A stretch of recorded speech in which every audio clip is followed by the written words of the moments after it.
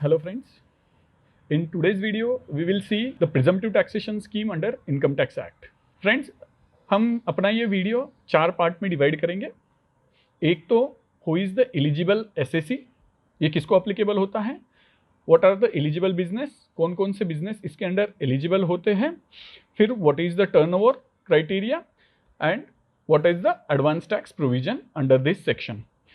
So let's start with the video friends. पहले तो who are the eligible SSC under this scheme। इस scheme के under दोस्तों 3 लोग कवर होते हैं। एक तो रेसिडेंट इंडिविजुअल, दूसरा है रेसिडेंट HUF और तीसरा है रेसिडेंट पार्टनरशिप फर्म। सिर्फ ये 3 ही SSC हैं जो इसके अंडर कवर होते हैं। यू नीड टू माइंड दोस्तों कि भाई ये सिर्फ रेसिडेंट को ही कवर करता है।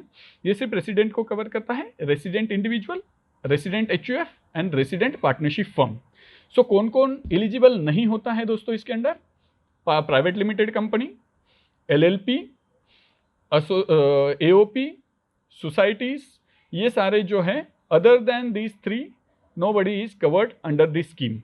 Even non-resident Indian who is doing the eligible business is also not covered because only resident has been covered. So non-resident HUF, non-resident partnership firm and non-resident individual also excluded from this provision. Then friends, let's see कि भाई कौन कौन से business इसके under eligible है। इस provision के अंदर दोस्तों सारे बिजनेस एलिजिबल है एक्सेप्ट स्पेसिफिकली गिवन। कौन कौन से बिजनेस इसमें से एक्सक्लूड की है दोस्तों, एक तो है प्रोफेशन जो इनकम टैक्स एक्ट के अंडर गवर्न होता है। प्रोफेशन की डेफिनेशन में आते हैं CAs, lawyers, doctors, film artist, ये सारे जो है ये सारे प्रोफेशनल्स जो है ये इस स्कीम के अंडर कवर नहीं होते हैं। फिर जो एजेंसी बिजनेस रन करते हैं, लाइक गैस एजेंसी होती है, गैस एजेंसी जो रन करते हैं वैसे इसमें कवर नहीं होते हैं।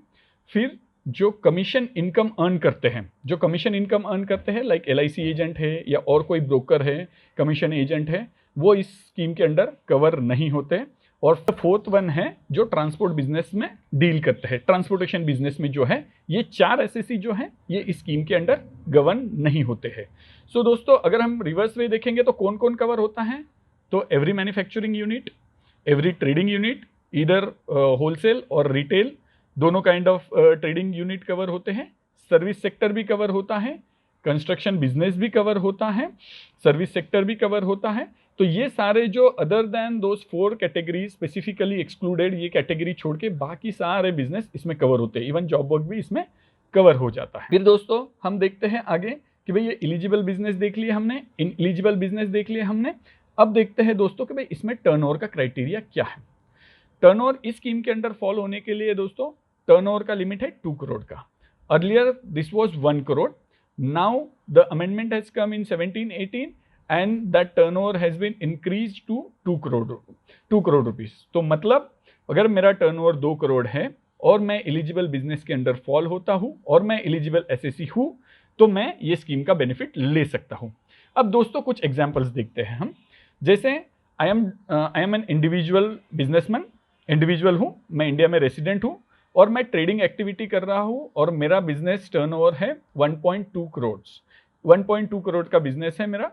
तो am I eligible for this scheme, तो डेफिनेटली दोस्तों क्योंकि मैं रेसिडेंट हूं, इंडिविजुअल हूं, मेरा टर्नओवर 2 करोड़ के नीचे है और मैं ट्रेडिंग एक्टिविटी में इन्वॉल्व हूं, तो मैं इस स्कीम के लिए एलिजिबल हूं।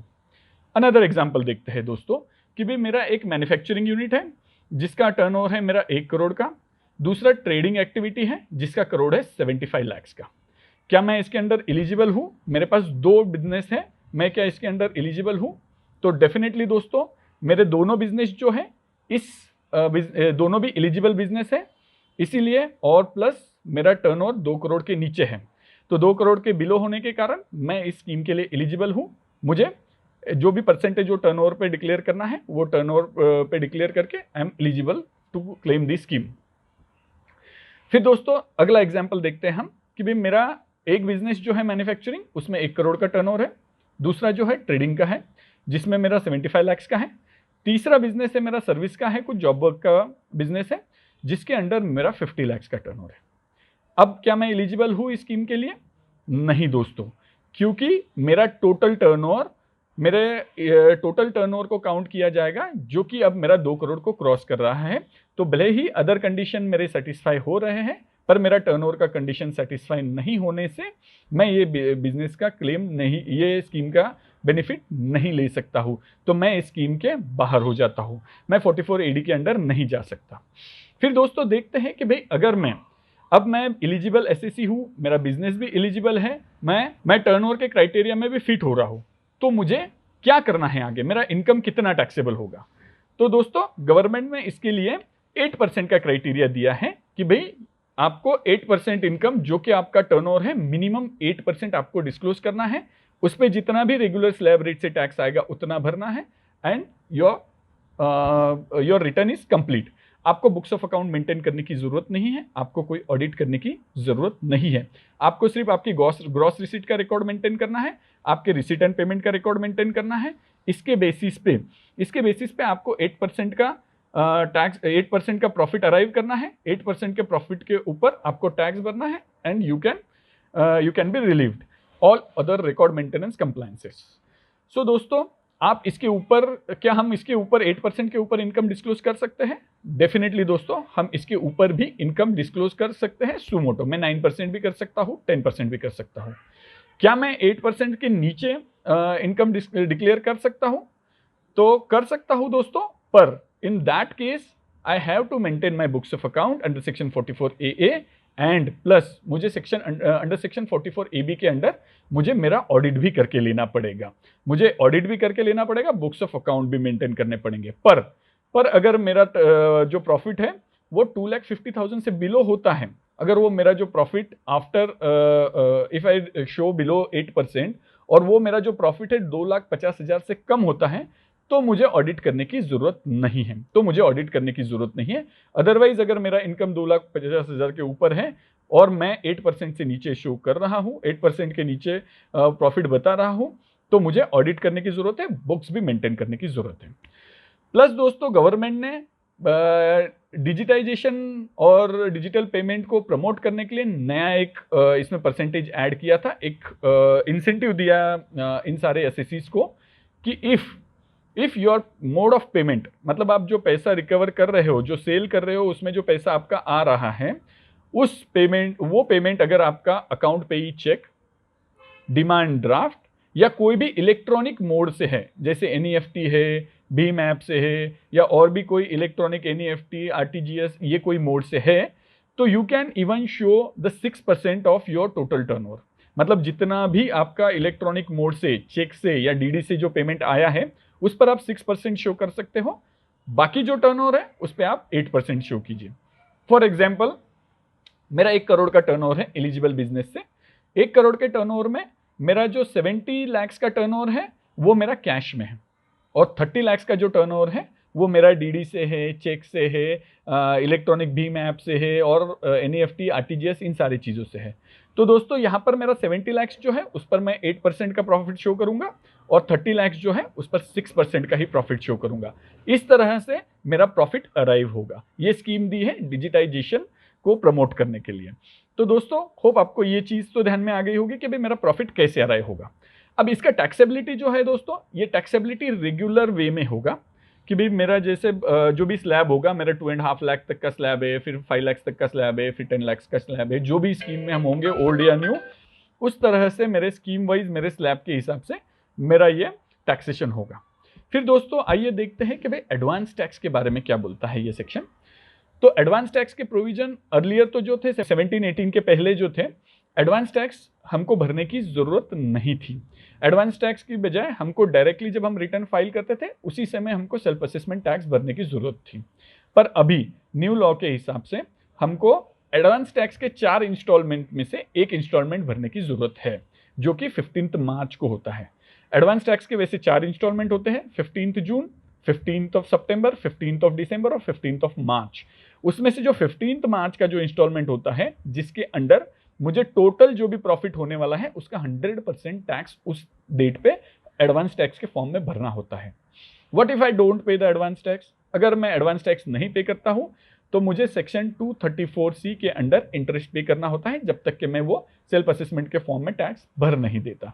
तो जितने दिन का डिले रहेगा उसके अंडर मुझे वो इंटरेस्ट का लायबिलिटी आएगा। तो दोस्तों ये हो गया कि भाई मेरा 44 AD के अंडर प्रिजम्पटिव टैक्सेशन के अंडर क्या क्या कवर होता है। एग्जांपल लेते हैं हम दोस्तों। मेरा बीइंग एन इंडिविजुअल मेरे 2 बिजनेस है। एक बिजनेस है ट्रेडिंग का, एलिजिबल ट्रेडिंग का बिजनेस है जिसका टर्नओवर मेरा 1 करोड़ का है, और दूसरा है मेरा कमीशन एजेंट का बिजनेस जो कि इनएलिजिबल बिजनेस है, जो कि अलाउड नहीं है 44 AD के अंडर। वो बिजनेस का टर्नओवर मेरा 30 लाख है। तो दोस्तों क्या मैं ऐसे सिनारियो में 44 AD को क्लेम कर सकता हूं? यस दोस्तों, हम इसको क्लेम कर सकते हैं। मेरा जो ट्रेडिंग का बिजनेस है, ट्रेडिंग के बिजनेस के लिए मैं 44 AD क्लेम करूंगा, जिसके ऊपर 8% और 6% और बोथ जो भी मेरा एप्लीकेबल होगा उस रेट से मैं प्रॉफिट अराइव करूंगा।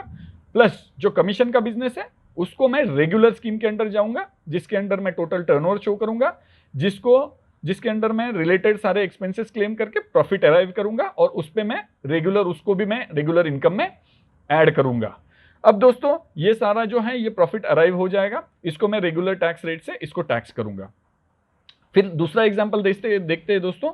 मेरा एक जो है ट्रेडिंग का बिजनेस है जो कि एलिजिबल ट्रेडिंग का बिजनेस है 1 करोड़ का, दूसरा है मेरा कमीशन एजेंट का बिजनेस, और तीसरा मेरा प्रोफेशनल बिजनेस है बीइंग ए चार्टर्ड अकाउंटेंट, मेरा खुद का प्रोफेशनल प्रैक्टिस भी है।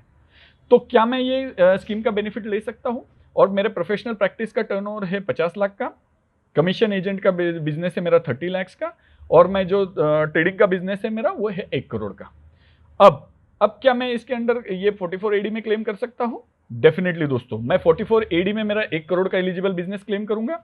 प्रोफेशनल बिजनेस जो है मेरा चार्टर्ड अकाउंटेंसी का, उसको मैं 44 ADA में क्लेम करूंगा, जिसके अंडर मुझे 50% का इनकम शो करना होता है। और तीसरा जो बिजनेस है मेरा कमीशन एजेंट का, उसको मैं रेगुलर स्कीम के अंडर, जिसके अंडर मैं बैलेंस शीट और profit and loss account maintain करके उसको मैं शो करूंगा। क्या दोस्तों मुझे जो मेरा ये कमीशन का बिजनेस है उसके अंडर भी मुझे कोई क्राइटेरिया है कि भाई मुझे कितना परसेंटेज का प्रॉफिट दिखाने की जरूरत है? तो कोई क्राइटेरिया नहीं है दोस्तों। उसके अंडर मैं 2%, 3%, 5%, 15% कितना भी इनकम शो कर सकता हूं। उसके लिए कोई 8%, 6% या 50% का प्रॉफिट शो करने की मुझे जरूरत नहीं है दोस्तों। होप दोस्तों आपको प्रिजम्पटिव टैक्सेशन का 44 AD का ये प्रोविजन क्लियर हो गया होगा। अगले वीडियो में हम प्रोफेशनल्स का जो है 44 ADA जो है प्रिजम्पटिव टैक्सेशन के अंडर जो 44 ADA का जो है वो हम अगले वीडियो में देखेंगे। तब तक के लिए थैंक यू दोस्तों, thank you for watching the video.